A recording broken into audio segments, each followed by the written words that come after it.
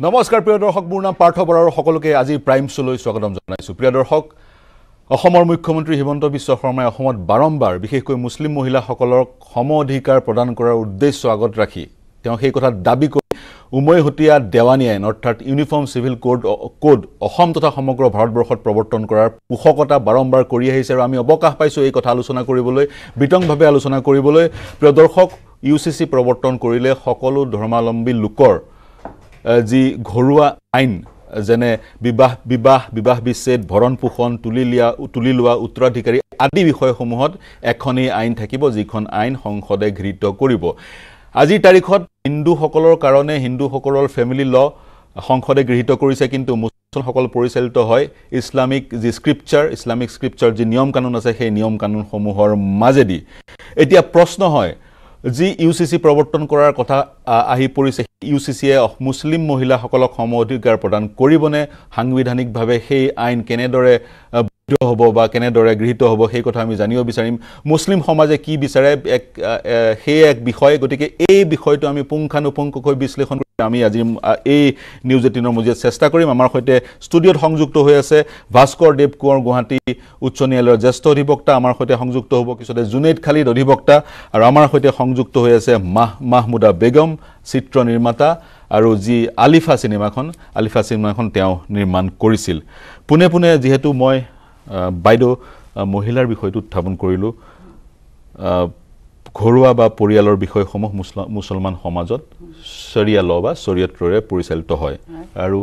আপাত দৃষ্টিত এই আইনখনে মুছলমান মহিলাসকলক সম অধিকাৰ প্ৰদান নকৰে বুলি কোৱা হয় বিশ্লেষকসকলে খুব খোজে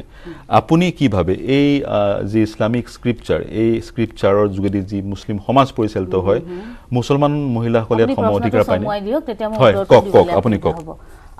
সময় যেহেতু মই খুব কম লৈছো মাত্ৰ 2 মিনিট লৈছো এই কথা কাৰণে মূল কথাটো হল আসলতে মোৰ পৰিচয় চিত্ৰনামাতা হওক কিবা হওক একদম ভিতৰত মই এগৰাকী মাইকী মানুহ হয় যদি ল অফ নেচাৰে মাইকী মানুহৰ কাৰণে যিখিনি নীতি নিয়ম নিৰ্ধাৰণ কৰিছে সেই নীতি নিয়ম প্ৰত্যেকটো ধৰ্মত থকা উচিত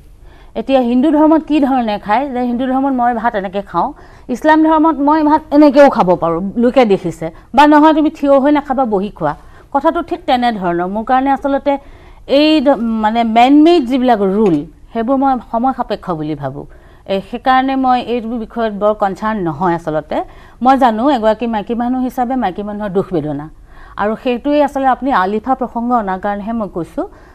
সেইটো বিষয়ে জানিবলৈ হ'লে এবাৰ আপোনালোকে মই কি ভাবোঁ সেইটো মই কৈ থাকিবলৈ জহাবলৈ বা জহুৱাও নহয় আমনি দিবলৈ মই নিবিচাৰোঁ আপোনালোকে সকলোৱে মিলি আলিফাখন চাওক আলিফাখন এইকাৰণে চাওক আমাক ৰাজ্য চৰকাৰে এই আলিফাখন নিৰ্মাণ কৰাৰ বিনিময়ত উপহাৰ মই সদায় সেইটো কৃতজ্ঞতাৰে সোঁৱৰণি কৰিম সেইবাৰৰ সৰ্বানন্দ ছাৰ মানে সেয়া আছিলে মুখ্যমন্ত্ৰী এইবাৰ হ'ল কথা কিন্তু একেটাই পুরো আমাক 5 লাখ টাকালৈকে আমাক হেয়া দিছিলে মানে বিষয় কিন্তু একেটাই গতিকে আমাৰ উত্তৰ সেই সিনেমাখনতে আছে আপোনাক এবাৰ সিনেমাখন চাই ল'ব তাতে মোৰ উত্তৰ সোমাই আছে হয় মই ভাস্কৰ দেৱ কোঁৱৰ আপোনাৰ ওচৰলৈ আহিব বিচাৰিম ধন্যবাদ জনাইছো আপোনাৰ ব্যস্ত কৰ্মসূচীৰ মাজত আমাক এইখিনি সময় দিয়াৰ কাৰণে দুটা অনুচ্ছেদ 44 যি অনুচ্ছেদে তেনে ধৰণৰ এখন কমন আইনৰ কথা কয় সকলোৰে কাৰণে সংবিধান নিৰ্মাতাই সেই আইনৰ কথা কৈছিল কিন্তু আজিলৈকে সেই আইন নিৰ্মাণ প্ৰস্তুত নহল বিজেপি এটা মুখ্য এজেণ্ডা এনে ধৰণৰ এখন আইন পৰিয়ালৰ নিয়মসমূহত এনে ধৰণৰ এখন আইন তেওঁলোকে প্ৰস্তুত কৰা আৰু আৰ্টিকল অনুচ্ছেদ 25 আৰু 28 যি ভাৰতীয় নাগৰিকক ধৰ্মৰ এক যি স্বাধীনতা সেই স্বাধীনতা প্ৰদান কৰে এই দুটা অনুচ্ছেদৰ মাজত আপুনি ইউসিসি কেনে ধৰণে চায় সো প্ৰথমে আমি বুজিব লাগিব যে ইউনিফৰ্ম সিভিল কোড বুলি ক'লে কি বুঝো ইউনিফৰ্ম সিভিল কোডটো হ'ল যে আপোনাৰ যিবিলাক পাৰ্সোনাল ল থাকে যেনেকৈ ধৰক বিবাহৰ ক্ষেত্ৰত ইনহেৰিটেন্সৰ ক্ষেত্ৰত বা এডপশ্যন বা গাৰ্জিয়ানশ্বিপৰ ক্ষেত্ৰত যিবিলাক লজ থাকে তাতে যাতে যেহেতু ভাৰতবৰ্ষ এখন ষ্টেট সো প্ৰত্যেক ধৰ্মৰ কাৰণে বেলেগ ল নাথাকি এখন যদি এখনেই ল থাকে ওৱান নেশ্যন ওৱান ল যদি থাকে সেইটোকে আমি ক'ব বিচাৰোঁ যে পাৰ্সোনাল লবিলাক যিবিলাক আমি আনিব বিচাৰিছোঁ এখন ভাৰতবৰ্ষৰ কাৰণে এখনে আইন প্ৰস্তুত কৰি উলিয়াব লাগে আৰু যেহেতু এই পাৰ্সোনাল লবিলাক এতিয়া মানে বেলেগ আছে আপোনাৰ হিন্দুৰ কাৰণে হিন্দু ল বেলেগ আছে মুছলিম ল আছে খ্ৰীষ্টিয়ান ল আছে জৈন ল আছে গোৱাৰ কাৰণে তেওঁলোকৰ নিজৰ কিছুমান খ্ৰীষ্টিয়ান সেপাৰেট ল আছে ভাৰতবৰ্ষত এতিয়ালৈকে ইউনিফৰ্ম সিভিল কোডটো নাই আৰু ইউনিফৰ্ম সিভিল কোডৰ দুটা পক্ষই চাই এটা এডভান্টেজও আছে ডিসএডভান্টেজও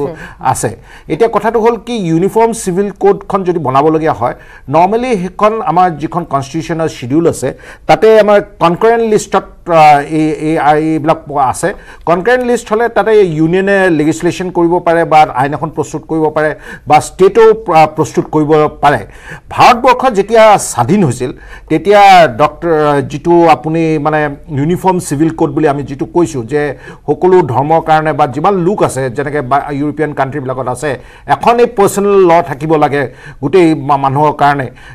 তেনেকুৱা ধৰণে ভাৰতীয় কনষ্টিটিউশ্যনত দুটা ভাগ আছিল এটা হ'ল পাৰ্ট 3 ফান্ডামেন্টাল রাইটস এটা হল directive principles of state policy আজি যদি আপনার ফান্ডামেন্টাল রাইট অর্থাৎ মৌলিক অধিকার যদি ভঙ্গ হয় তেতিয়াহলে আপনি আদালতত দ্বাৰস্থ হৈ ক'ব পাৰে যে মোৰ মৌলিক অধিকাৰ ভঙ্গ হৈছে গতিকে মই আদালতত দ্বাৰস্থ হৈ আপনি হেতু এনফোৰ্সমেন্টৰ কাৰণে আপনি কেস ফাইল কৰিব পাৰে কিন্তু যেটো ডিৰেক্টিভ লাগিলে যি ধৰ্মৰে নহওক মৌলিক অধিকাৰ ফান্ডামেন্টাল ৰাইটস কিন্তু যেটো ডিৰেক্টিভ প্ৰিন্সিপলস অফ স্টেট পলিসি যেটো আৰ্টিকেল 44 ত কোৱা হৈছে যে আমাৰ ভাৰতবৰ্ষক এখন ইউনিফৰ্ম সিভিল কোড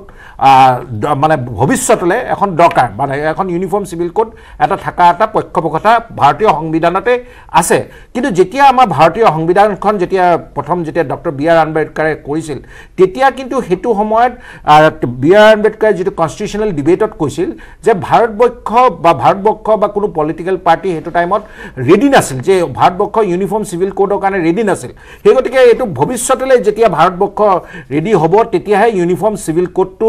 আহিব আজি হিন্দু ধৰ্মৰ যি হল লোক আছে আমাৰ হিন্দু যেতিয়া জৱাহৰলাল নেহৰু যেতিয়া হিন্দুৰ ক্ষেত্ৰত কিন্তু হিন্দু সাকসেশনে হিন্দু মেৰিজ ইত্যাদি কৰা হল না হিন্দু ক্ষেত্ৰত কি আছিল যেতিয়া জৱাহৰলাল নেহৰু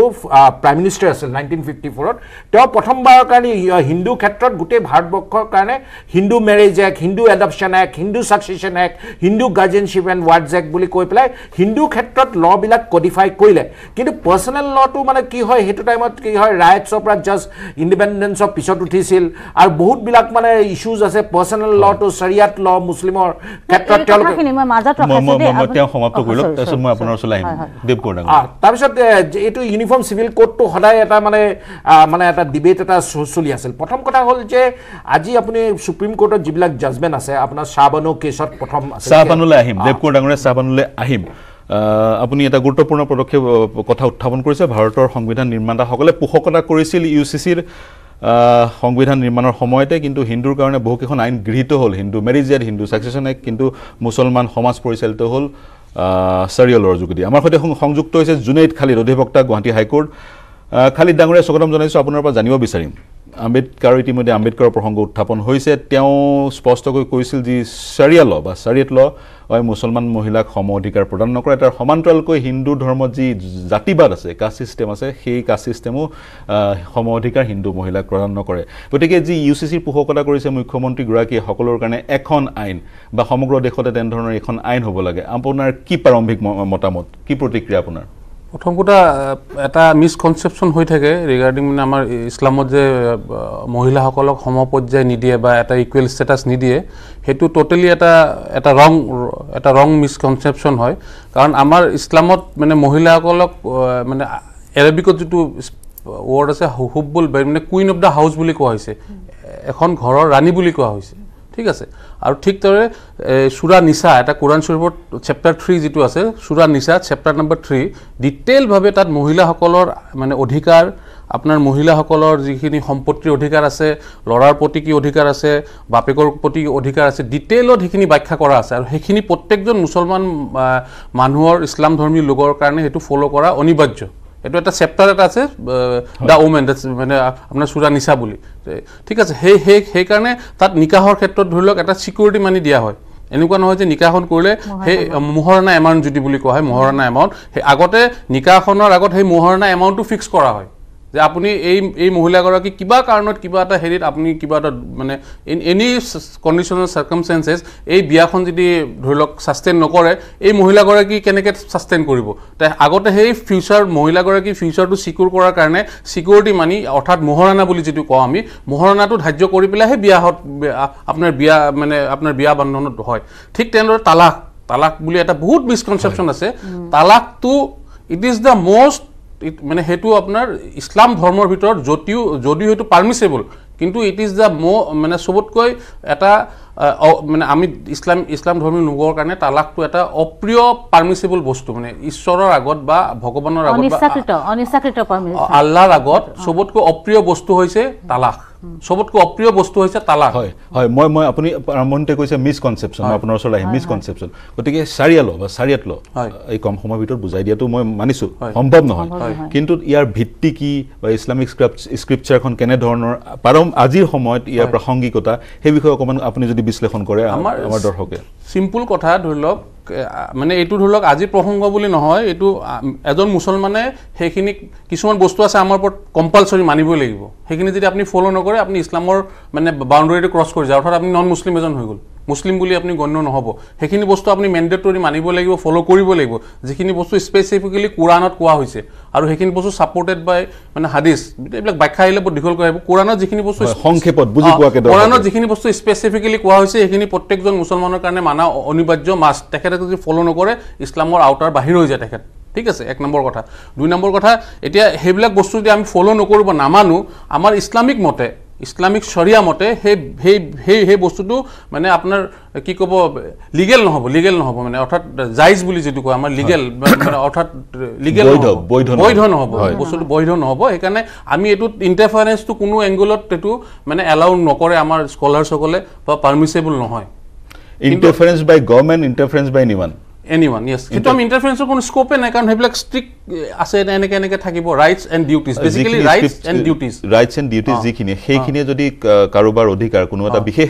সেকশনৰ অধিকাৰ খৰ্ব কৰিছে তেতিয়া হেতুটো হি আনইসলামিক কৰি আছে হেতুটো আমি কৈছো মিসকনসেপচন হি ইসলামটো বুজাই নাই হি নুবুজে হেতু লৈ পেলাই আপুনি যদি আনইসলামিক মানুহ এটা যদি হাইলাইট কৰি দেখাই ফুৰে আপুনি ইসলামটো বুজি লওক ইসলামে কি কৈছে আগত মিসকনসেপচন টোটালি আমাৰ সিএম হেমন্ত বিশ্ব শৰ্মা ডাঙৰীয়াও চাগৈ কোনোবা এনেকে ভুল কৰি বুজাই দিছে আমাৰ লগত বহক আমি বুজাই দিম ধুনিয়া কৰি উইথ বাইদেউ উইথ ডিউ পাৰমিশন মই এটা আপোনাকে সুধিব বিচাৰিম মুখ্যমন্ত্ৰীয়ে বাৰম্বাৰ একেটাই কথাই কয় বহু বিবাহ এগৰাকীয়ে বিয়া পাতিব লাগিব মই বাইদেউ সুধিলোঁ তাৰপিছত আপোনাৰ ওচৰত যাম এগৰাকী পুৰুষে এগৰাকী নাৰীয়ে বিয়া পাতিব লাগিব অৰ্থাৎ পলিগেমি নহব হিন্দু ধৰ্ম মানুহে পলিগামী নহয় জানো মই প্ৰশ্নটো মই এই বিষয়টোতে প্ৰশ্নটো আইনৰ দৃষ্টিত আপোনাক সুধিব বিচাৰিম হিন্দু মেৰিজ এক্টত কিন্তু পলিগামী পাৰমিসিবল নহয় এই বহু বিবাহৰ গোটেই বিষয়টো আপুনি কেনেদৰে চাই চাওক দেই মই মোৰ পৰিচয়টো মই আগতেও দিছো এতিয়াও দিছো মই এগৰাকী মানে জাতি মাটি ভেটি ফালৰ পৰা খাটি খোৱা মানে মানুহৰ পৰিয়ালৰ ছোৱালী দুই নম্বৰ মই এজনী তেনে সাধাৰণ অসমীয়া মাইকী মানুহ দেই মাইকী মানুহ শব্দটোহে কৈছো গতিকে সেই দৃষ্টিভংগীহে কৈছো এখেতসকলৰ নিচিনা বিচক্ষণতা মোৰ একেবাৰে নাই সামাজিক দৃষ্টিকোণত মই আকৌ এক্সট্ৰাকে 2 মিনিট লৈ লৈছো মই আপোনাৰ পৰা মই কথাটো কৈছো যে এই বহুবিবাহ কথাটো মই প্ৰথম কেতিয়া শুনিলো জানেনে যেতিয়া মই ৰামায়ণ পঢ়িছিলো ৰজা দশৰথৰ 3 গৰাকী পত্নী আছিল আৰু দশৰথ আছিল অপুত্ৰক ৰজাই 3 গৰাকী পত্নী ৰাখি যেতিয়া জন্ম দিল মই তৰ্কলে অহা নাই দেই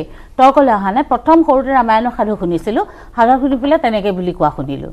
আৰু তাৰ আগতে শুনিছিলো শ্ৰীকৃষ্ণৰ বোলে 16000 গোপী আছে মোক এটা ট্ৰল নিদিব দেই প্লিজ মই যেটো আপুনি কৈ যাওক তেনেকে শুনিছিলো যে আমি তেতিয়া মই খুব বেয়া পাইছিলো আৰু তাৰ লগতে জড়িত ঘটনা আছিল কি মোৰ কাষতে থকা মানুহজন মানে মই বৰদেউতা বুলি যাক মাতো তেওঁৰ সন্তান নাছিলে ছোৱালী লৰা সন্তান নাছিলে দেই লৰা সন্তান নাছিলে সেই কাৰণে মানে বৰমাক এনেকে পিতে তাৰমানে ধৰি লৈ মই ভগৱান সেইজন বুলি ভাবিছিলো আল্লাহ সেইজনহে আল্লাহ শাস্তি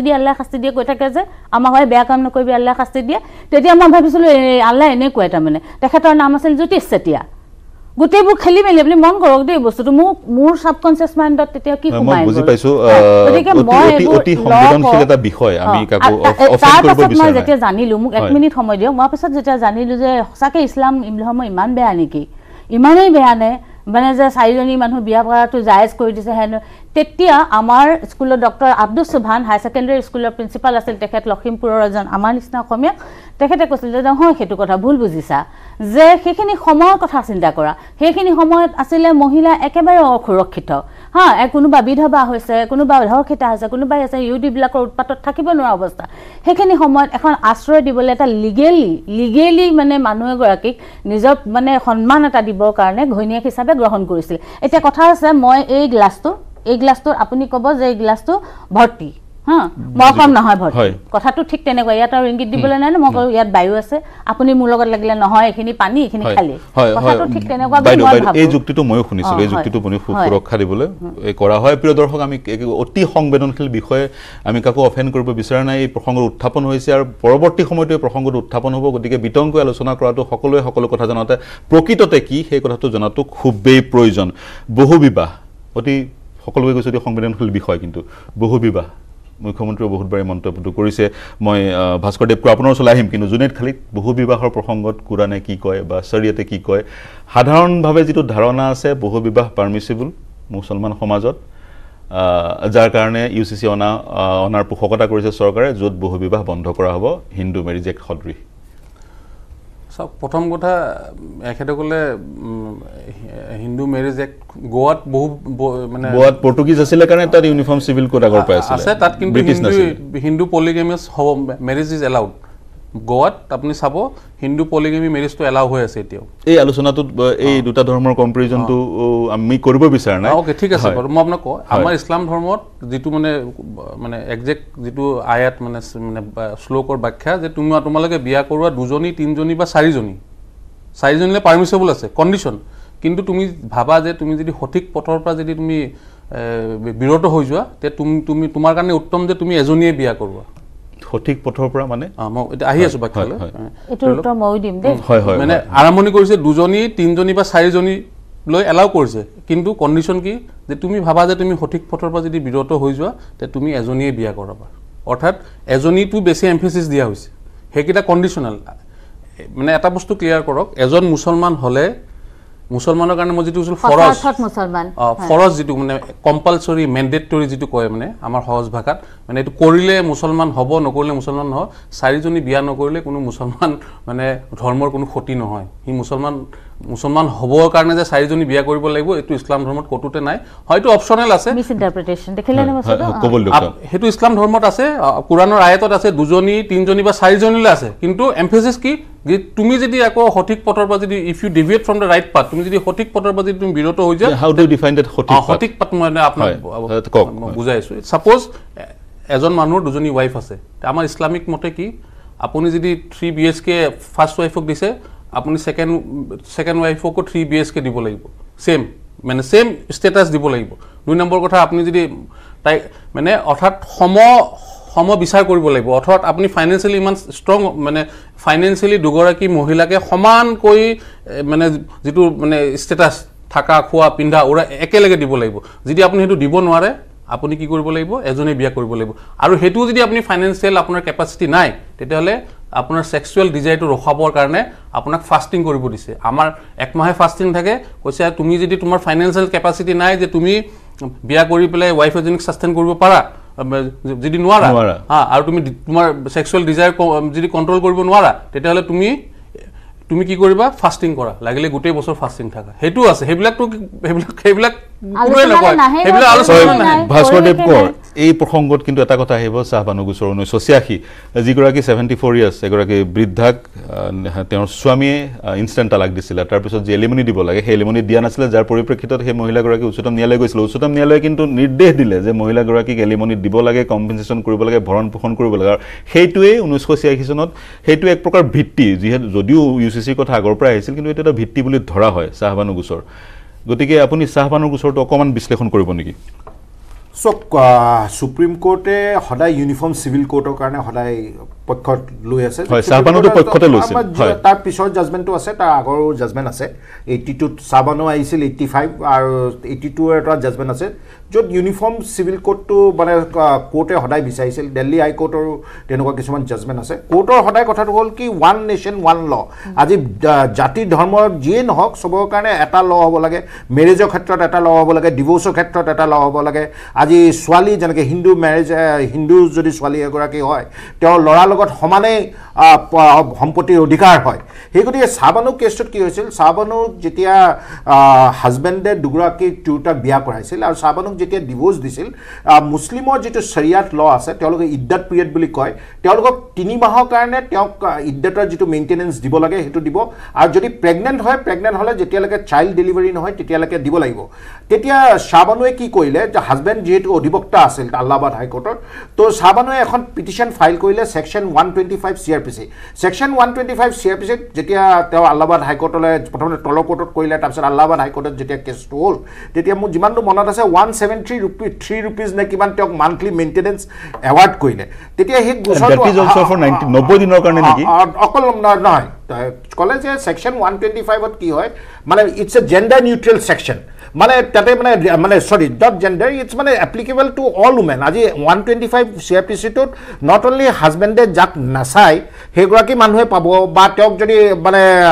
যদি এলিমনি হিচাপেও বিচাৰে 125 টো যে অকল হিন্দু মানুহে পাব বা মুছলিম মানুহে নাপাব সেইটো নহয় সুপ্ৰিম কোৰ্টে ক'লে যে এইটো ইজ 125 যিটো প্ৰভিজন আছে it is applicable to all religion আৰু এইটো মাইকী মানুহৰ ক্ষেত্ৰত এটা প্ৰথম পদক্ষেপ য'ত মুছলিম মানুহক সম অধিকাৰ বাকী দেশৰ যেনেকৈ অন্য নাৰীসকলে পাইছিলে এইটো দিলে তাৰপিছত সাবসিকুৱেন্টলি কি হ'ল যেতিয়া আজি আমি একচুয়ালি মানে যেটো ডক্টৰ হিমন্ত বিশ্ব শৰ্মাই কৈ আছে যে পলিগমি মানে অৰ্থাৎ মানে বহুবিবাহ আজি সক হিন্দু ক্ষেত্ৰত আপুনি এগৰাকীতকৈ বেছি বিয়া কৰিব নোৱাৰে বা আপোনাৰ খ্ৰীষ্টানৰ ক্ষেত্ৰতো কিছুমান ৰেষ্ট্ৰিকশন আছে তো এতিয়া কি কৰিব বিচাৰিছে যেনেকৈ যে মানে এজন মানুহে যেতিয়ালৈকে ডিভোৰ্স নিদিয়ে তেতিয়াহ'লে নেক্সট মানুহগৰাকীটো বিয়া কৰাব নোৱাৰে সেইগতে ইউনিফৰ্ম সিভিল কোড হলে কিছুমান এডভান্টেজ থাকিব কিছুমান ডিসএডভান্টেজ থাকিব প্ৰথমতে মই ক'ব বিচাৰিছো যে আজি যেনেকৈ মাইনৰিটি কমিউনিটি মানুহসকলে ইউনিফৰ্ম সিভিল কোডটো কিয় আজি তেওঁলোকে বিচৰা নাই প্ৰথম কথা হ'ল আমাৰ ভাৰতীয় সংবিধানৰ আৰ্টিকেল 25 ত কোৱা আছে যে every citizen of this country has a right to profess his own religion কিন্তু এটো নহয় যে তেওঁ ৰিলিজন যেটো ৰাইট আছে আৰ্টিকেল 25 অফ দি কনস্টিটিউশন এটো নহয় যে তেওঁলোকৰ পাব্লিক মৰেলিটি ডিসেন্সি এইবিলাক তাতে কিছুমান কন্ডিশন আছে সেইবিলাক সাবজেক্ট টু অল ডিসিশনে মানে আপুনি মানে ক'ব পাৰিব আজি ইউনিফৰ্ম সিভিল কোডৰ প্ৰথম এডভান্টেজ হ'ল যে মুছলিম মানুহৰ দুটাসকলৰে মানে যেটো তেওঁলোকৰ এই যেটো পলিগেমিনাস মেৰেজ হেতুৰ পৰা প্ৰথম তেওঁলোকে বাচিব সেকেন্ড কথা হ'ল যে তেওঁলোকৰ যেটো ইনহেৰিটেন্স ল আছে আজি যেনেকৈ হিন্দু ছোৱালী এগৰাকী আজি বাপেকৰ সমান প্ৰপাৰ্টি অধিকাৰ লৰাসকলৰ নিচিনাকে কিন্তু এগৰাকী মুছলিম ছোৱালী হেতু তেওঁৰ অধিকাৰ নাথাকে মানে এটো লট কোৱা শৰিয়া এনশিওৰ নকৰে ক'বলৈ আহিম এটো মই কোৱা নহয় এটো কোৰ্টৰ জাজমেন্টত ৰিফ্লেক্ট হৈছে আৰু কোৰ্টৰ জাজমেন্টৰে কৈছো মই কোৰ্টৰ জাজমেন্টৰ বাহিৰত I will confine it to my only the legal aspects of all the discussion মই তাৰ বাহিৰে মই আজি মানে মই মুছলিমৰ ফালৰ পৰা নকওঁ মাইনৰিটি ফালৰ পৰা বা Hindu except only from the legal point of view he gotike country aji dhorok uniform civil code to muslim manuhokole jekol amar musulman luk hokol ase teoloke bhabise je teolokor jitu shariat ain ase etut adalate hostexep koibo jitu sabanu kesot teoloke kobole bisaisile je muslim mohila agorkie iddat period or beyond maintenance pabone na pai hetu shariate nidie tothapio court kole je nohoy Section 125 CRPC যেটো আছে এটো ইয়াতে personal ল applicable নহয় ইয়াতে মানে এটো irrespective of any women এটো পাবই হেগতে আৰু মেজৰিটিয়ান ভিউটো হ'ল যে আজি হিন্দু ক্ষেত্ৰত যদি ইউনিফৰ্মলি যদি তেওঁলোকৰ মানে মেৰেজ ল থাকিব পাৰে এডপশন থাকিব লাগে এখন কান্ট্ৰি এখন সিটিজেনৰ গোটে কান্ট্ৰিখনৰ কাৰণে এটা ল কিয় হোৱা নাই ইয়াতে এটা ডিসএডভান্টেজ এটা আছে ডিসএডভান্টেজটো হ'ল যে আজি ইণ্ডিয়া ইজ এ ডাইভাৰ্স কান্ট্ৰি আজি বেলেগ বেলেগ ষ্টেটৰ বেলেগ বেলেগ ৰিলিজনছ আমাৰ নৰ্থ ইষ্টতে ধৰক দেৱপুৰৰ কাষ্টমাৰী লজ কিন্তু বহু অৰুণাচল নাগালেণ্ডৰ বহু ট্ৰাইবেল কমিউনিটিৰো বহু বিবাহ আছে তাৰ সমান্তৰালকে এলজিবিটি যেটো ইস্যুটো সেই ইস্যুটো আমি পাহৰি যাব নালাগিব মই জুনেইদ খালিদ ডাঙৰী আপোনাৰ ওচৰলৈ যাব বিচাৰিম কি প্ৰত্যুত্তৰ দিব বিচাৰিব এখন দেশ এখন আইন আৰু সকলো ধৰ্মাৱলম্বী লোকৰ কাৰণে বিশেষকৈ ঘৰুৱা আইনসমূহৰ ক্ষেত্ৰত ফেমিলি লসমূহৰ ক্ষেত্ৰত এখন আইনৰ পোষকতা মেজৰিটিয়ান বা বৰ্তমান শাসক দলটোৱে কৰি আছে ইনষ্টেন্ট তালাক নিষিদ্ধ কৰা হ'ল বেআইনী কৰা হ'ল ক্ৰিমিনেলাইজ কৰা হ'ল সেইটো আন ইছলামিক আছিল নে আছিল হয় ইনষ্টেন্ট তালাকটো ইছলামত নাই এখানে বহু আপনি দেখিব মানে একেদগলে এটা ধাৰণা তালাক তিনিবাৰ কলে ক্লিয়াৰ কৰি দিছো আপনি ট্ৰিপল তালাক কনসেপ্টটো ইছলামত নাই সেইকাৰণে আপুনি দেখিব এতিয়া মানে বিজেপি গভৰ্ণমেণ্টে গোটেই কনচেপ্টটো আপসাইড ডাউন উল্টা কৰি দিলে সিহঁতে ক'লে যে ইছলামত বহুত ইছলামিক কাণ্ট্ৰিজত নাই সেইকাৰণে ইণ্ডিয়াটো হ'ব নালাগে পাকিস্তানতো নাই নাই এইটো ইছলামতে নাই মই জনাব মই এটা কথা ক'ম ট্ৰিপল তালাকত মই ভাবোঁ যে বিজেপিৰ ৰোলত তাত বিশেষ একো নাই এইটো সুপ্ৰিম কোৰ্টে ষ্টাক ডাউন কৰিছে যে ট্ৰিপল তালাক যিটো মানে ইনষ্টেণ্ট ইৰিভোকেবল যিটো তালাক দিয়ে এইটো সুপ্ৰিম কোৰ্টে মানে কনষ্টিটিউচনেল বুলি কৈছে আৰু ডিক্ৰিমিনেলাইজ কৰিছে আৰু ইয়াৰ চবতছে এডভান্টেজ মানে মানে চৰি ক্ৰিমিনেলাইজ মানে কি আজি যদি ট্ৰিপল তালাক দিয়ে এইটো যে ক্ৰিমিনেল অফেন্স আৰু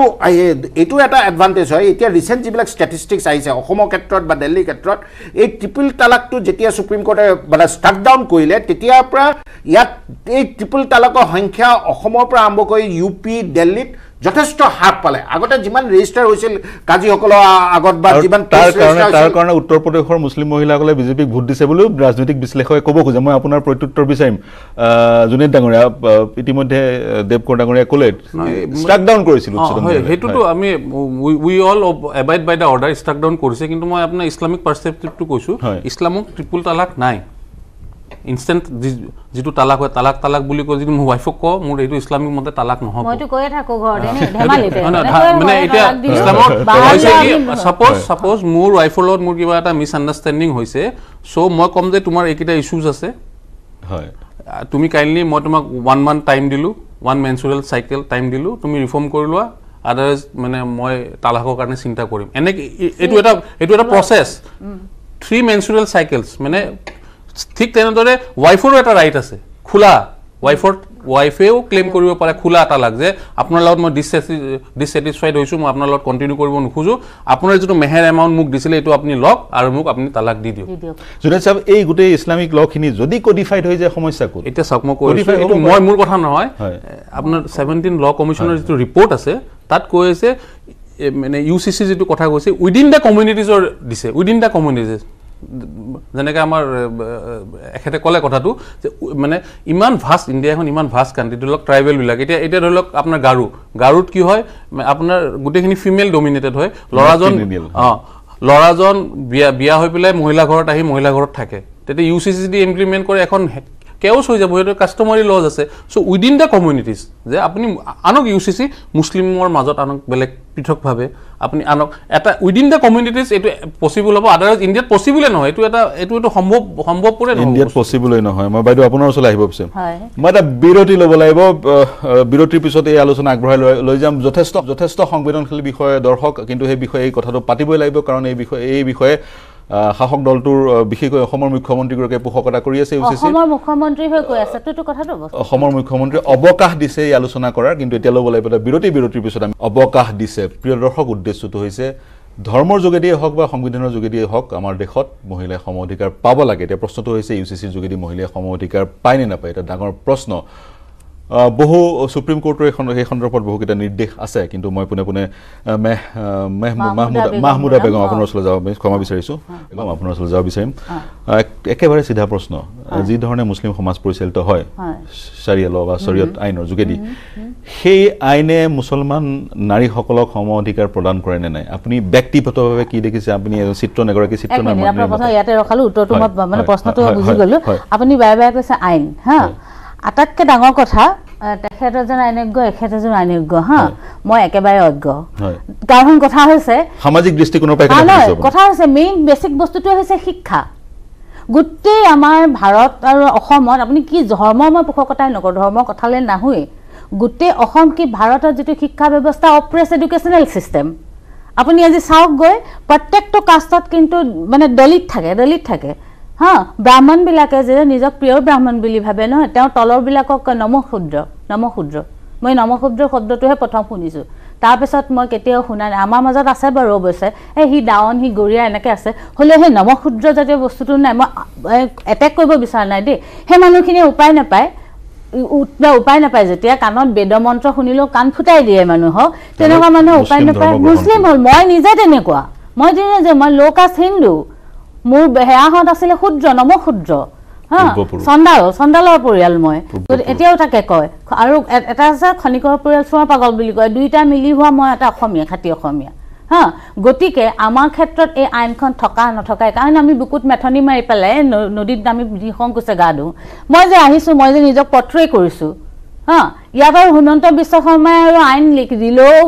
দিলেও নিদিলেও মই সেইখিনিহে কৰিম এজনী অসমীয়া মানুহ হিচাপে যিখিনি কৰিম কাৰণ মই হায়াৰ মজি খুঁটে সত্তাটোতে অসমীয়া সোমাই আছে আপুনি অসমীয়া মুছলিম কৈ আছে কাৰণে মোৰ অকণ লাগিছে অসমীয়া মুছলিম আপুনি বুজি পাব চেষ্টা কোট আনকোট মই জানিছো কোট আনকোট মানে আপোনাক পঢ়োৱা হৈছে সেইটো আপুনি পঢ়ি দিছে ইয়াত হা যে আমাৰ আইনখনৰ বিষয়ে coat unquote yes coat unquote আৰু আজি যদি আপোনাক বিজেপিয়ে নকৈ পেলাই কোনোবা বেলেগ চৰকাৰৰ তত্ত্বাৰ অধীনত আপুনি থাকিলেহেঁতেন সেই একেটা কথাকে ক'লেহেঁতেন মই ভালকে জানো এইটো বস্তু বেকআপত আমি কেতিয়াবা আমি খুব গৌৰৱভাৱেও কথা পাতিম এদিন এই বিষয় লৈ মই কৈছো যে মই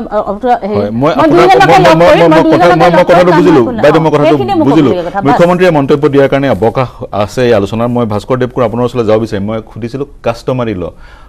উত্তৰ পূৰ্বাঞ্চলৰ বহুকেইখন ট্ৰাইবেল ছ'চাইটিত তেনেধৰণৰ বহু বিবাহ থকা দেখা যায় UCCয়ে তেওঁলোকক কভাৰ কৰিব লাগিব আৰু বিশেষকৈ সমকামী লোকসকলে কিন্তু বিচাৰি আছে তেওঁলোকে যিহেতু ডিক্ৰিমিনেলাইজ কৰা হ'ল সেকশন 377 গতিকে বিবাহৰ কিন্তু তেওঁলোকে যদিও ডিক্ৰিমিনেলাইজ কৰা হ'ল বিবাহৰ মৰ্যাদা তেওঁলোকে পোৱা নাই গতিকে UCCখনে এই দুটা বস্তু কভাৰ কৰিব বুলি আপুনি ভাবেনে সো প্ৰথম কথা হ'ল আমাৰ উত্তৰ পূৰ্বাঞ্চলত যিবিলাক ট্ৰাইবেল লজ আছে যেনেকৈ শ্বিলঙত ধৰক মেট্ৰিজনিয়েল ছ'চাইটি যেনেকৈ থাকে বা মানে তাতে ছোৱালীজনীহে সম্পত্তি যিজনী সৰু ছোৱালী থাকে সম্পত্তি অধিকাৰ হয় ল'ৰাটোহে ছোৱালীজনী ঘৰলৈ যায় চ' ইউনিফৰ্ম চিভিল কোডত মই ভাবোঁ যে এনেকুৱা ধৰণৰ বস্তুবিলাকো তেওঁলোকে অন্তৰ্ভুক্ত কৰিব কিন্তু বৰ্তমান ভাৰতবৰ্ষত এতিয়া যিবিলাক বিজেপি ৰুল্ড ষ্টেট আছে যেনেকৈ ঝাৰখণ্ড UP তেওঁলোকে আজি ষ্টেটৰ কাৰণে ছেপাৰেট লেজিছলেশ্যন উলিয়াবৰ কাৰণে গৈ আছে যে ছেপাৰেট UCC ল তেওঁলোকে নিজৰ ষ্টেটৰ কাৰণে কৰিব উত্তৰাখণ্ডত আৰম্ভ কৰিছে অসমৰ মুখ্যমন্ত্ৰীয়ে হয়তো তেওঁ ৰখি চাই আছে যে তেওঁলোকৰ যিকেইখন আইন তেওঁলোকে প্ৰস্তুত কৰিব ষ্টেটৰ ক্ষেত্ৰত কাৰণ UCCখন আচলতে যদি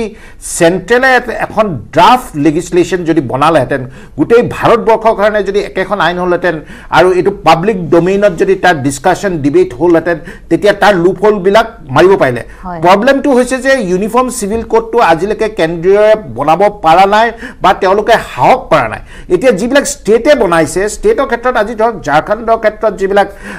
মানে ল এপ্লিকেবল হ'ব আজি সেইটো হয়তো UPত এপ্লিকেবল নহ'ব পাৰে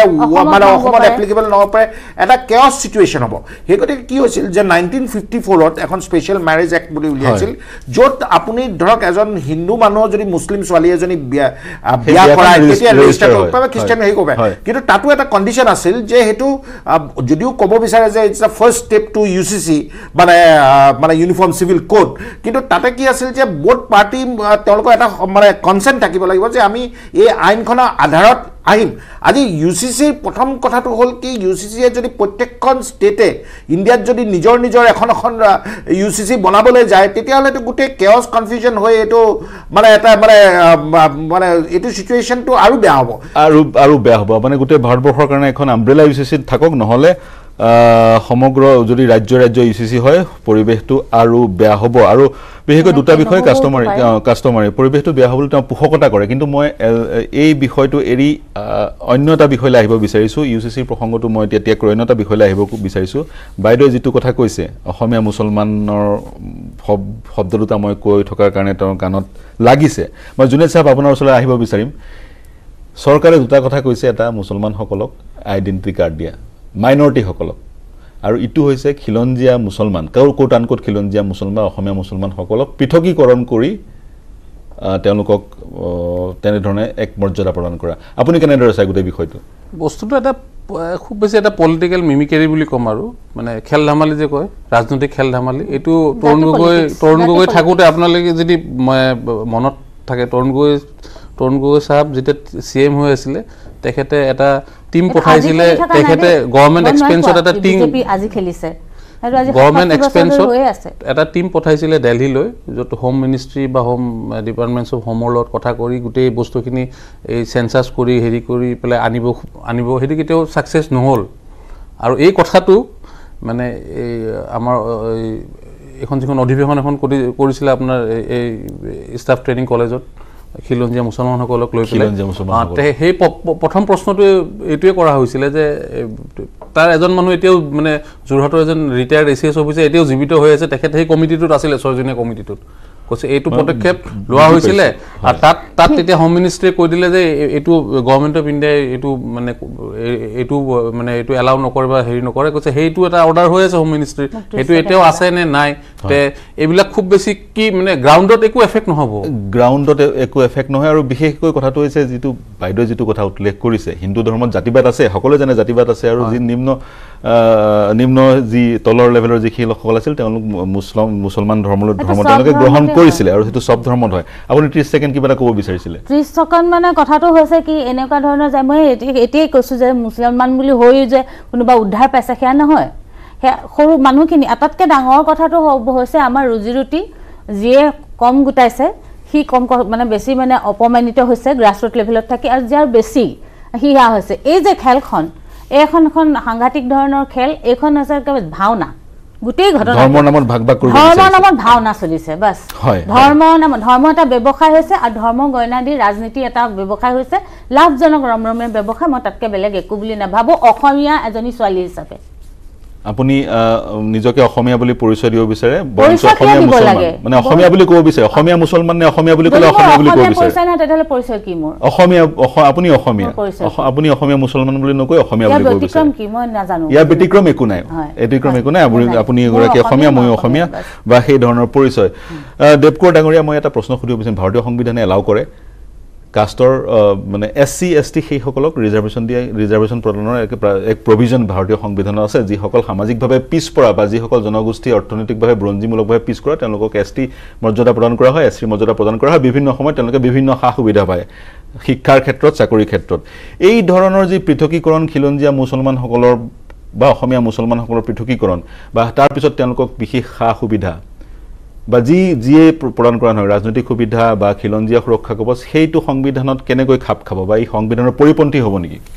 সো মই প্ৰথমতে কৈছোঁ যেতিয়া সংবিধানখন বনাইছিল ইউনিফৰ্ম সিভিল কোডৰ ক্ষেত্ৰত সংবিধানত যিবিলাক ডিবেট আছিল তাতে কৈছিল যে country is not ready for uniform civil code আজি ৭৫ বছৰ হৈ যোৱা পিছতো আজি যিটো আমি schedule caste schedule tribe plains hills যিবিলাক আমি কাষ্ট কমিউনিটিৰ ক্ষেত্ৰত আমি যিবিলাক ৰিজাৰ্ভেশ্যনবিলাক দিওঁ যেতিয়া কনষ্টিটিউশ্যনেল ডিবেটবিলাকত তেওঁলোকে এটা ভাবিছিল যে এইটো এটা টাইম ফ্ৰেমৰ পিছত এইটো বস্তু নাইকিয়া হৈ যাব যেতিয়া মাৰ্জিনেলাইজ ছ'চাইটিৰ যিবিলাক মানে ইকনমিকেলি বেকৱাৰ্ড যিবিলাক ছ'চাইটি যিবিলাক মানুহ আছে যেনেকৈ দলিত আছে আমাৰ ইয়াতে শিডিউল কাষ্ট যিবিলাক মানুহ আছে তেওঁলোকৰ যেতিয়া আপলিফমেণ্টটো হৈ যাব তেতিয়া এইবিলাক ডিছক্ৰিমিনেশ্যন নাথাকিব কিন্তু আজি আপুনি চাওক ৭৫ বছৰ স্বাধীনতাৰ পিছতো আজি ভাৰতবৰ্ষই এই যিটো কাষ্টৰ ক্ষেত্ৰত যিটো ৰিজাৰ্ভেশ্যন আছে সেইটো মানে আপুনি অঁতৰাব পৰা নাই OBC ক্ষেত্ৰত অফক'ৰ্ছ সুপ্ৰিম কোৰ্টৰ যেতিয়া ইন্দ্ৰ সাহনীৰ জাজমেণ্ট আহিছিল যে OBC হ'লেও ক্ৰিমি লেয়াৰ আৰু নন ক্ৰিমি লেয়াৰ কৰিলে আজি মোৰ ছোৱালীয়ে OBC ৰিজাৰ্ভেশ্যন নাপায় কাৰণ তেওঁ সদায় মানে এটা যিটো পৰিৱেশত ডাঙৰ হৈছে তেওঁ বেকৱাৰ্ডনেছটো ফিল কৰা নাই সেই গতিকে মোৰ ছোৱালী ক্ৰিমি লেয়াৰত পৰে আৰু সদায় জেনেৰেলতে কম্পিট কৰিব লাগিব কিন্তু যিবিলাক ধৰক তলৰ যিবিলাক আছে মানুহ এই আজি আপুনি মই ক'ম যে পলিটিকেল কনচিডাৰেশ্যনতে হওক বা যি কনচিডাৰেশ্যনে নহওক আজিও কিন্তু যিকোনো চৰকাৰে যোন কেন্দ্ৰীয় চৰকাৰতে হওক তেওঁলোকে কিন্তু এই ৰিজাৰ্ভেশ্যনৰ এইটো অঁতৰাবলৈ সাহস এইকাৰণে কৰা নাই কাৰণ আপুনি চাব ফাৰ্ম ল ক্ষেত্ৰতো যিবিলাক আন্দোলন হৈছিল আল্টিমেটলি গভৰ্ণমেণ্টে ফাৰ্ম লবিলাক উইথড্ৰ কৰিবলৈ বাধ্য হ'ল আজি কা আন্দোলনৰ ক্ষেত্ৰত গভৰ্ণমেণ্টে আনি দেখিছে যে এইবিলাক যদি আমি কৰিবলৈ যাওঁ গোটেই অসমৰ পৰা আৰম্ভ কৰি উত্তৰ পূৰ্বাঞ্চলৰ গোটেই এটা আইন শৃংখলা পৰিস্থিতি সৃষ্টি হয় ঠিক তেনেকৈ ইউনিফৰ্ম সিভিল কোডৰ ক্ষেত্ৰত যেতিয়া সুপ্ৰিম কোৰ্টে এতিয়া লাষ্ট অপৰচুনিটি দিছে কেন্দ্ৰীয় চৰকাৰক যে আপোনালোকে লিখিতভাৱে শপতনামাত কোৱাক যে আপোনালোকৰ ইউনিফৰ্ম সিভিল কোডৰ ক্ষেত্ৰত কি অপিনিয়ন আছে তাতে মই যিটো আলোচনা শুনিছোঁ যে কেন্দ্ৰীয় চৰকাৰৰ শপতনামাত এইটোৱে ক'ব যে uniform civil code is a ল ফৰ্মুলেশ্যন মানে আইন বনোৱা কথাটো এইটো পাৰ্লিমেণ্টৰহে দায়িত্ব ইয়াত কোৰ্টে ক'ব নোৱাৰে যে আপুনি তাত আইন বনাওক সেই গতিকে ইণ্ডিভিজুৱেল ষ্টেটবিলাক যেনেকৈ উত্তৰাখণ্ড UP মই কৈছোঁ যে তেওঁলোকে ছেপাৰেট ল বনাব পাৰিছে অসমত কিন্তু এতিয়াও মুখ্যমন্ত্ৰী ডাঙৰীয়াই মানে এইটো কথা ক'বলৈ মানে এতিয়ালৈকে স্পষ্ট কৰা নাই যে অসমৰ ক্ষেত্ৰতো যেনেকৈ UP ঝাৰখণ্ডৰ দৰে ছেপাৰেট UCC হ'ব নে তেওঁ অপেক্ষা কৰি আছে যে কোনোবা দিনা চেণ্টাৰে এখন ড্ৰাফ্ট লেজিছলেশ্যন উলিয়াই ৰাইজৰ মাজত আলোচনাৰ কাৰণে ক্লেৰিটি নাই যে তেওঁ মাথো কৈছে যে তেওঁ পোষকতা কৰিছে এই সন্দৰ্ভত তেওঁ একো কথা কোৱা নাই সংসদে আইনখন গৃহীত কৰিবনে UCCৰ ক্ষেত্ৰত জুনে সাহেব আপোনাক মই সুধিব বিচাৰিম যেটো আমি খিলঞ্জীয়া মুছলমানৰ কথা কৈ আছো এই মানে অৱকাশ এটা পাইছো আপোনাক এই প্ৰশ্ন উত্থাপন কৰিছো যি সকল মুছলিম ধৰ্মাৱলম্বী অসমীয়াবাসী তেওঁলোকে বিচাৰিছে আহোম ৰজাই তেওঁলোকক যি মৰ্যাদা দিছিল সেই মৰ্যাদাহে তেওঁলোকে ঘূৰাই বিচাৰিছে তেওঁলোকে ST SC সদৃশ কোনো ৰিজাৰ্ভেশ্যনৰ কাৰণে তেওঁলোক পৃথকীকৰণ বিচাৰা নাই তেওঁলোকক একাকাৰ কৰি দিয়া হয় বংগভাষী মুছলমানসকলৰ সৈতে একাকাৰ কৰি দিয়া হয় তাৰ কাৰণে তেওঁলোকে পৃথক এটা পৰিচয় বিচাৰিছে এটা মাইক্ৰস্কোপিক মাইনৰিটি তেওঁলোক গৰিয়া মৰিয়া বা দেশী যিসকল কৈছে মাইক্ৰস্কোপিক মাইনৰিটি তেওঁলোকে সেই কাৰণে পৃথক এটা পৰিচয় বিচাৰিছে আৰু মাইনৰিটিসকলৰ কাৰণে যি সুবিধা আহে সেই সুবিধা পূৰ্ববংগীয় মূলৰ মুছলমানসকল লৈ যায় তেওঁলোকে একো সুবিধা নাপায় সেই কাৰণে তেওঁ এটা পৃথক পৰিচয় বিচাৰিছে আপুনি কি মতামত আগবঢ়াব বিচাৰিছে মই এজন নিজে যেহেতু গৰিয়া মানুহ হয় মই আপোনাক এজন অধিবক্তা হিচাপে মই মোৰ অলপ কমিউনিটিটো কওঁ মানে মই কিছুমান ক্ষেত্ৰত ফিল কৰা যায় হয় আমাক এটা আইডেন্টিটি প্ৰয়োজন হৈছে একচুৱেলি অন গ্ৰাউণ্ড মানে যদি অপ্ৰিয় সত্য এইটো আমাক এটা আইডেন্টিটিৰ প্ৰয়োজন হৈছে এতিয়া কাৰণ মানে ধৰি লওক আমাৰ নেক্সট জেনেৰেশ্যনটো ধৰি লওক এতিয়া আমি আছোঁ নেক্সট জেনেৰেশ্যনটো তাৰ নেক্সট জেনেৰেশ্যনটো কি হ'ব আমাৰ মানে আমাৰ পৰিচয় কি হ'ব আমি ভেনিছে হৈ যাম নেকি নাইকিয়া হৈ যাম নেকি এটা আমাৰ কমিউনিটিৰ মাজত এটা ফিয়াৰ সোমাই গৈছে যে আমাৰ আইডেন্টিটি এজ এ গৰিয়া মুছলিম সেই আইডেন্টিটিটো ক'ত যাব আজিৰ পৰা 10 বছৰ আজিৰ পৰা 50 বছৰ 100 বছৰৰ পিছত একাকাৰ হৈ গৈছে বুলি ভাবে মানে আমাৰ আইডেন্টিটি আমি কাউকে অপোজ কৰা নাই কাউকে আমি অপোজ কৰা নাই মানে ইছলামিক যেটো পাৰসেপ্টিভ ইছলামত এই কাষ্ট সিস্টেমটো নাই কিন্তু আপোনাৰ মোৰ এটা আইডেন্টিটি এটা আছে ইন্ডিভিজুৱেল এটা আইডেন্টিটি আছে মোৰ মানে আপোনাৰ এটা মই সময় এক্সাম্পল দিও যে আমাৰ ইছলামৰ ভিতৰত লাগতিয়াল বস্তুৰ ভিতৰত এটা বস্তু এটো যে আপুনি আমাৰ হোলি প্ৰফিটৰ 4 গোষ্ঠী মানে তেখেতৰ দেউতা এই মানে তিনি পুৰুষলৈ জানাটো দৰকাৰ অৰ্থাৎ মানে আপোনাৰ যেটো লিগেসি কয় যে আমি লিগেসি সো আমাৰ লিগেসিটো আমি কন্টিনিউ বা মেইনটেইন বা সিকিউৰ হোৱাটো হেতুটো সৰকাৰৰ ওচৰত আমাৰ দাবী থাকিবই তাৰ মানে এটো নহয় যে এটো এটা পলিটিক্যাল ইস্যু কৰি বেলেগ মুছলিমক এটো ডিপ্লাই হেৰাস কৰক মই এটা যোগ দিব বিচাৰিছো এতিয়া তেওঁ যেটো কৈ আছে মাইনৰিটি পইণ্ট অফ ভিউ পৰা মই কিছুমান কথা কৈছো মেজৰিটিয়ান ভিউ পৰা ইয়াতে কোৱা নাই কাৰণে মই এজন আইনজ্ঞ হিচাপে এইখিনি কথা হাইলাইট কৰিছো এতিয়া কথাটো হ'ল কি মেজৰিটিৰ বিৰে যিখিনি ভিউ আছে তেওঁলোক সদায় এটা মানে ভাবে যে মুছলিম মানুহে 10টা 12টা ল'ৰা ছোৱালী জন্ম দিয়ে সেই গতিকে যিবিলাক ইকনমিক্যালি যিবিলাক বেনিফিট আছে আজি যদি মেডিকেল কলেজত যদি আপুনি গাইনি ৱাৰ্ডত যায় দেখিব যে তাতে মানে যিবিলাক চৰচাপৰি মাইকী মানুহ দি ভৰ্তি হৈ আছে তাতে 10টা 12টা ল'ৰা ছোৱালী জন্ম দি আছে সেই গতিকে গভৰ্ণমেণ্টে এতিয়া এখন আজি কেইবছৰমান এখন আইন আনিলে যিখনত ক'লে যে আপোনাৰ যদি 2টা ল'ৰা ছোৱালীতকৈ যদি আপোনাৰ অধিক ল'ৰা ছোৱালী থাকে তেতিয়াহ'লে আপুনি কোনো এখন গাঁওবুঢ়া হ'ব নোৱাৰে এতিয়া গাঁওবুঢ়া শব্দটো আমাৰ এইটো আহোম ৰজাৰ দিনৰ পৰা চলি আছিল তেতিয়া চৰকাৰে ক'লে যে আজি যিবিলাক ডেকা ল'ৰাহে আজিকালি গাঁওবুঢ়া হয় সেই গতিকে আমি গাঁও প্ৰধানটো আনিলো প্ৰধানটো অফক'ৰ্ছ এইটো UP দিল্লী হৰিয়ানাত চলে গাঁও প্ৰধান আজিকালি আমি গাঁওবুঢ়া বুলি কেছ কৰিলো আমি গাঁওবুঢ়া বুলি নকওঁ গাঁও প্ৰধান বুলি কওঁ তেওঁৰ কথাটোৰ সৈতে কি কানেকশ্যন মই এইটোৱে ক'ব বিচাৰিছো যে UCC খন যদিও চৰকাৰে কৈ আছে যে UCC খন আনিব পাৰিম কিন্তু মোৰ তাতে যথেষ্ট সন্দেহ এই কাৰণে আছে আপুনি এটা চাব যেনেকৈ হিন্দী ভাষাটো গোটেই ভাৰতবৰ্ষত যেতিয়া মানে ইমপ্লিমেণ্ট কৰিব চালে যে Hindi should be the national language তেতিয়া চাউথৰ মানুহে ক'লে যে নহয় আমাৰ তামিলটোৱে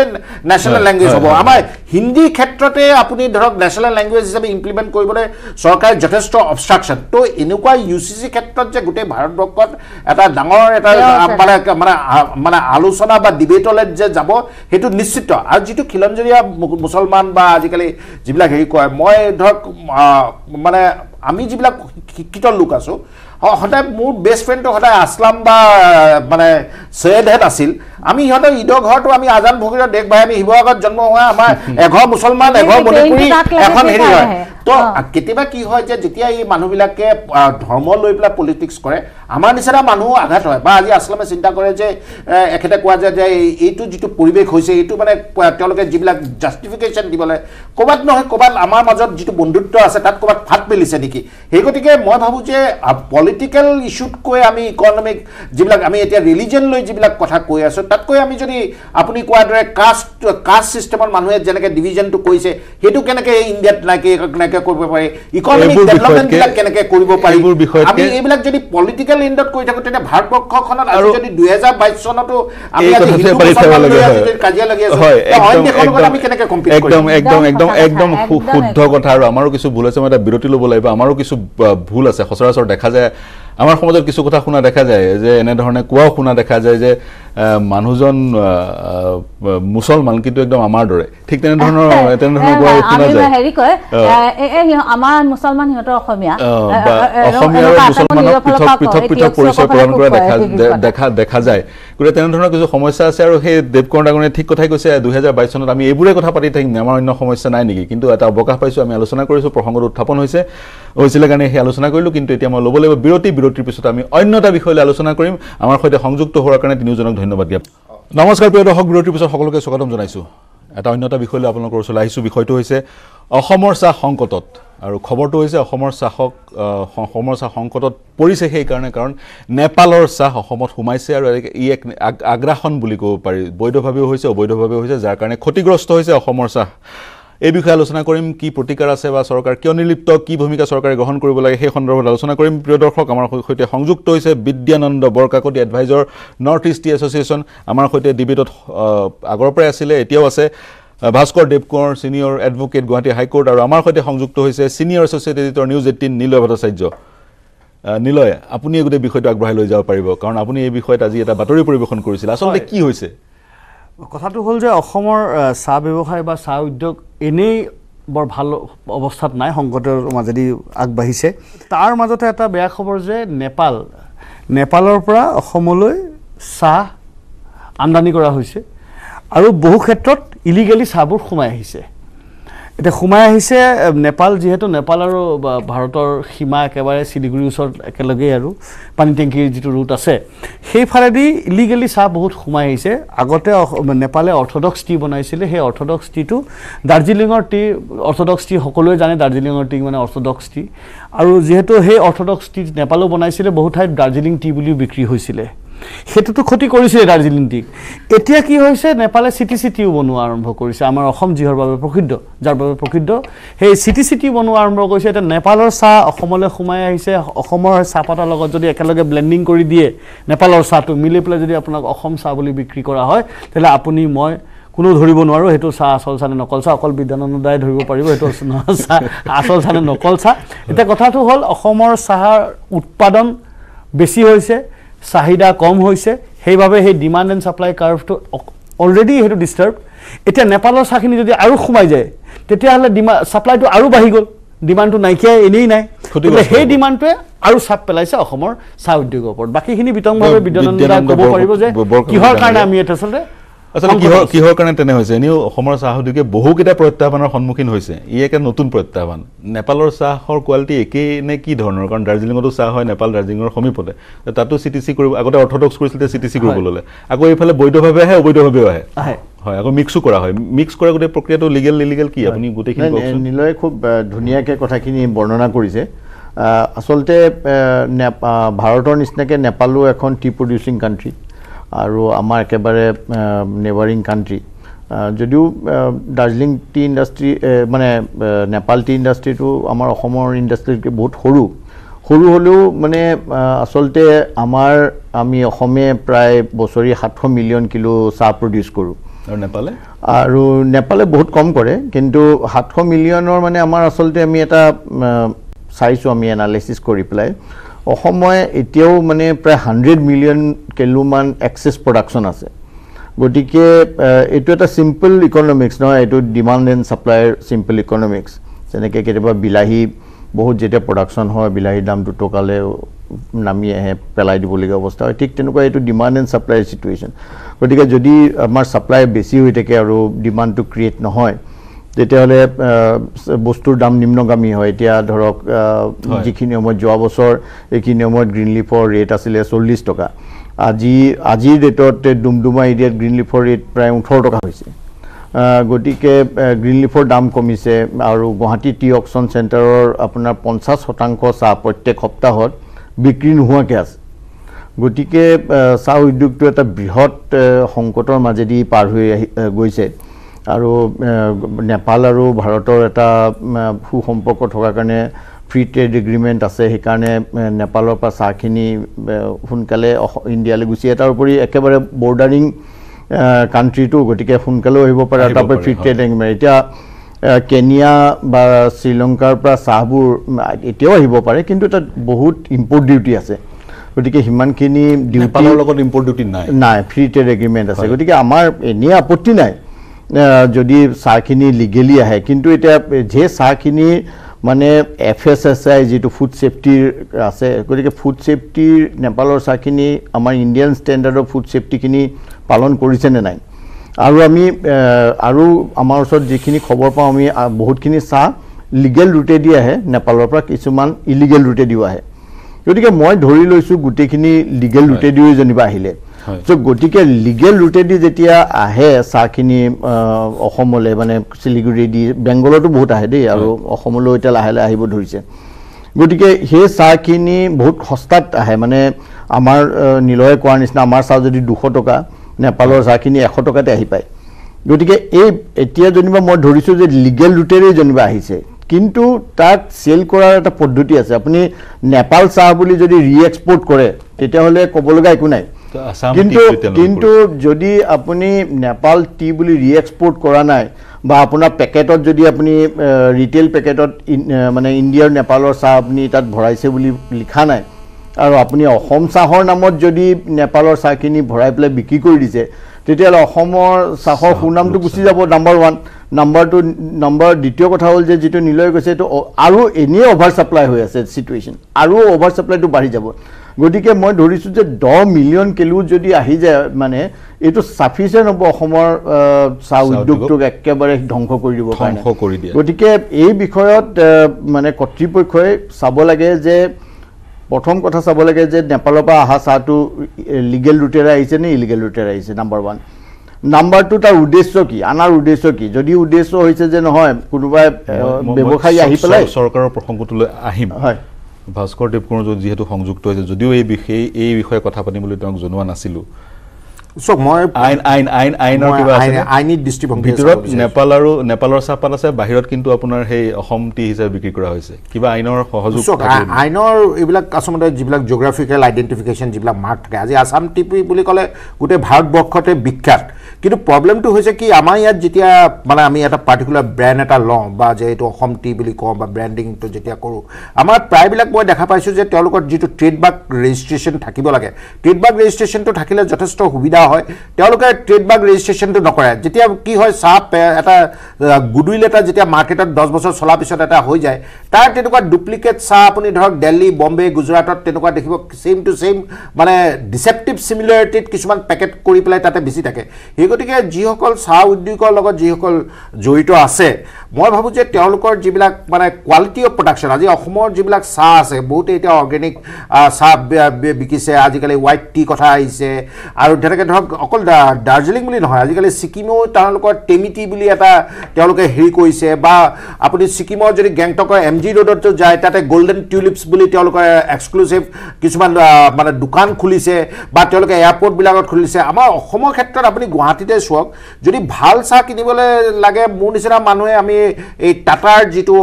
আউটলেট আছে তালৈ আমি দৌৰি যাওঁ, কাৰণ তাতে এটলিষ্ট মিনিমাম এটা কোৱালিটি এচুৰেঞ্চ এটা পাওঁ। অসমৰ মানুহে অসমত আজি চাহ প্ৰডাকশ্যন হৈও আমি ভাল চাহ খাবলৈ টাটালৈ যায়, সেই টাটাই অসম, আৰু মই যদি ভুল কৰা নাই, সেই টাটাই বৈধ আৰু অবৈধভাৱে অসম আৰু নেপালৰ চাহ ব্লেণ্ড কৰে, নহয় জানো? নহয়, সেইটো বৈধই হয় কিজানি, কাৰণ তাত লিখা থাকে, মানে অসম আৰু নেপাল দুটা লিখা থাকে, সেইটো চাব লাগিব। কিন্তু সেইটো মানুহে গম পাব লাগিব, সেইটো পেকেটৰ পিছফালে মানে উভতাই কোনো নেচায়, তথাপি কিন্তু সেইটো বৈধ। সেইটো টাটা নিচিনা ডাঙৰ কোম্পানী এটাই বৈধভাৱে কৰে। সেইটো কৰাটো কিমান উচিত অনুচিত সেইটো বিধানদাতাই ক'ব। মোৰ কথাটো হ'ল যে সৰু কোম্পানীবোৰেতো সেইটো নকৰে। সৰু কোম্পানী ধৰি লওক, মোৰ ফেক্টৰী আছে, মোৰ প্ৰডাকশ্যন ইউনিট আছে, মই নেপালৰ পৰা চাহ আনি পেলাই মোৰ প্ৰডাকশ্যন ইউনিটত সোমোৱাই থৈছোঁ, মই তাৰপিছত এইটো ব্লেণ্ডিং কৰিছোঁ, অসমৰ CTC আৰু সেই নেপালৰ CTC মিলাই, সৰহভাগ নেপালৰ CTC অসমৰ CTC অকণমান মিলাই মাৰ্কেটত যদি অসমৰ চাহ বুলি মই বিকোঁ, তেতিয়াহ'লে মোৰ মুনাফা, কাৰণ মোৰ প্ৰডাকশ্যন কৰিবলৈ 200 টকা লাগিছে, মই নেপালৰ পৰা আনি পেলাই 100 টকাতে আনিছোঁ, কিন্তু মই বিকোতেতো সেইটো 180 টকা বা 200 টকাতে বিকি আছোঁ, নহয়? তো মোৰতো সেইটো আনএথিকেলি মই প্ৰেক্টিছ এটা কৰি পেলাই মই লাভ কৰিছোঁ। আৰু দ্বিতীয় কথাটো হ'ল, এই চাহ উদ্যোগটোৰ লগত প্ৰায় মানে প্ৰত্যক্ষ আৰু অপ্ৰত্যক্ষভাৱে প্ৰায় 20 লাখ মানুহ জড়িত।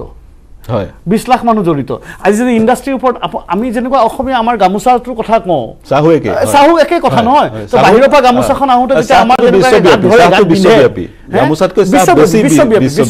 আসাম টি বুলি ক'লে সকলোৱে আসাম টিয়ে বিচাৰে আৰু আসাম টি বিচাৰোঁতে আপুনি মই ইমান ডাঙৰ ইকনমিক্সৰ ইমান ডাঙৰ এক্সপাৰ্ট নহয় যে আমি গম পাম চাহটো দেখিয়ে যে এইটোত কি আছে কি নাই তাৰ গুণদণ্ড মানদণ্ড FSSAI ৰুলৰ মতে বছৰে দুবাৰকৈ তাৰ FSSAI কোৱালিটি চেক হ'ব লাগে সিহঁতৰ এক্ৰেডিটেড লেবৰেটৰী চাহৰ সেইটো হৰ ভাগত নহয় নেপালৰ চাহ বিগত 5 বছৰত নেপালৰ পৰা যিটো চাহ ইম্পৰ্ট কৰা হৈছে বিগত 2 বছৰ যদি চাই তেলে আটাই মানে সেই গোটেই কোৱান্টিটি অফ টি যিটো নেপালৰ পৰা ইম্পৰ্ট হৈছে সেইটোৰ মাত্ৰ সবাৰ FSSAI টেষ্ট হৈছে হয় প্ৰতিকাৰ কি চৰকাৰে কি ব্যৱস্থা গ্ৰহণ কৰিব পাৰে নেপালৰ পৰা যিখিনি চাহ আমাৰ ইয়ালৈ আহে আমদানিকৃত চাহ সেইটো বন্ধ কৰিব পৰা যায় হয় আৰু ইয়াত মানে আপোনাৰ নিলয় যেনেকৈ কৈছে ধৰক কিছুমান বৃহৎ কোম্পানীয়ে যেনিবা লিগেলি আনিছে লিগেলি তেওঁলোকে পেকেটত লিখি পেলাই বিক্ৰী কৰিছে নেপাল টি নেপাল আৰু ইণ্ডিয়ান আৰু নেপাল টি মিক্স কৰি বিক্ৰী কৰিছে ঠিক আছে legally they may be correct business wise also' they correct কিন্তু তেওঁলোকৰ নিচিনা বৃহৎ কোম্পানী এটাই মেক ইন ইণ্ডিয়াৰ পাৰ্ট হয়নে নহয় এতিয়া ভাৰতবৰ্ষত আমি মানে এটা মেক ইন ইণ্ডিয়া পাৰ্ট কৈছোঁ গতিকে এথিকেলি তেওঁলোকে এইটো শুদ্ধ কাম কৰিছে নে নাই কৰা সেইটো তেওঁলোকে নিজকে নিজে সুধি চাব লাগে কাৰণ মানে আপোনাৰ ধৰক লাখ লাখ মানুহৰ এই উদ্যোগটোৰ লগত জড়িত হৈ আছে গতিকে তেওঁলোকৰ নিচিনা বৃহৎ কোম্পানী কিছুমানে যদি অকমান মুনাফাৰ কাৰণে যদি এই গোটেই টি ইণ্ডাষ্ট্ৰীটো বা এই লাখ লাখ মানুহৰ জীৱনলৈ যে সংকট নমাই আনে সেইটোতো এথিকেলি কাৰেক্ট নহয় গতিকে আমাৰ সেইকাৰণে বৃহৎ চাহ কোম্পানীয়ে হওক বা আমাৰ যিখিনি বিজনেছমেন আছে তেওঁলোকক মই আপোনাৰ এই মঞ্চৰ দ্বাৰা এটাই আহ্বান জনাব খুজিছোঁ যে আপোনালোকে লিগেলি হয়তো আপোনালোকে কাৰেক্ট থাকিব পাৰে বাট এথিকেলি কাৰেক্ট নহ'ব কাৰণ অভাৰ ছাপ্লাই চিটুৱেশ্যনটো বাঢ়ি যাব গোটেই আমাৰ 1.5 লাখ স্মল টি গ্ৰোৱাৰ্ছ গতিকে 4জনকৈ এটা 6 লাখ মানুহৰ জড়িত হৈ আছে 20 লাখ ৱৰ্কাৰ জড়িত হৈ আছে গোটেই ইকনমিটো মানে আমাৰ আপাৰ আসামত আপুনি চালেই গম পাব গোটেই ইকনমিটোৱে ডিপেণ্ড কৰে মানে চাহৰ ওপৰত যি বছৰ চাহৰ ভাল হয় ইকনমিটো আপুনি বজাৰখনত ঘূৰিলেই তাৰ গম পাই যায় গতিকে চৰকাৰৰ এই ক্ষেত্ৰত কৰণীয় বহুত আছে আৰু এই কৰণীয়ৰ ভিতৰত এটা হ'ল যে প্ৰথম চাব লাগে মই পইণ্ট ৱাইজ পটককৈ কৈ লৈছোঁ এটা হ'ল যে গভৰ্ণমেণ্টে চাব লাগে যে এইটো মানে ইম্পৰ্ট যিটো কৰিছে লিগেল নে ইলিগেলি কৰিছে নাম্বাৰ 1 নাম্বাৰ 2 চাব লাগে যে তেখেতসকলে চেলটো লিগেলি কৰিছে কাৰণ লিগেলি ইম্পৰ্ট কৰিলেও চেলটো ইলিগেল হ'ব পাৰে কাৰণ চেলৰ এটা গভৰ্ণমেণ্টৰ এটা প্ৰচিডিউৰ আছে চাব লাগে আমদানিকৃত বৈধভাৱে হৈছে নে আৰু যিটো বিক্ৰী সেয়া বৈধভাৱে হৈছে নে লিগেলি ইম্পৰ্ট কৰিলেও চেলিংটো ইলিগেল হ'ব পাৰে প্ৰিয় দৰ্শক সেয়া আছিল আজিৰ বিষয় অসমৰ চাহ উদ্যোগ সংকটত আছে আৰু নেপালৰ পৰা আকৌ চাহ আহি পেলাই অসমৰ চাহ উদ্যোগ আৰু সংকট নমাই আনিছে গতিকে চৰকাৰে পদক্ষেপ ল'ব লাগে যি আইনী পদক্ষেপ ল'ব পৰা যায় যদি সেয়াও লোৱা উচিত অসমৰ চাহ বাচি থাকিব লাগে অসমৰ চাহ বিশ্বব্যাপী সেয়াই সকলোৰে কামনা নেপালৰ চাহে যাতে অসমৰ চাহক ধ্বংস নকৰে সেয়াই চাহ উদ্যোগৰ লগত জড়িত ব্যক্তিসকলে কামনা কৰে এই চিন্তাৰ খুৰা কৰে আজিৰ এই অনুষ্ঠান সামৰণি মানিছোঁ আমাৰ সৈতে সংযুক্ত হোৱাৰ কাৰণে বিদ্যানন্দ বৰকাকতি ভাস্কৰ দেৱকোঁৱৰ আৰু নীলৱ ভট্টাচাৰ্য তিনিওকে ধন্যবাদ জ্ঞাপন কৰিছোঁ শুভৰাত্ৰি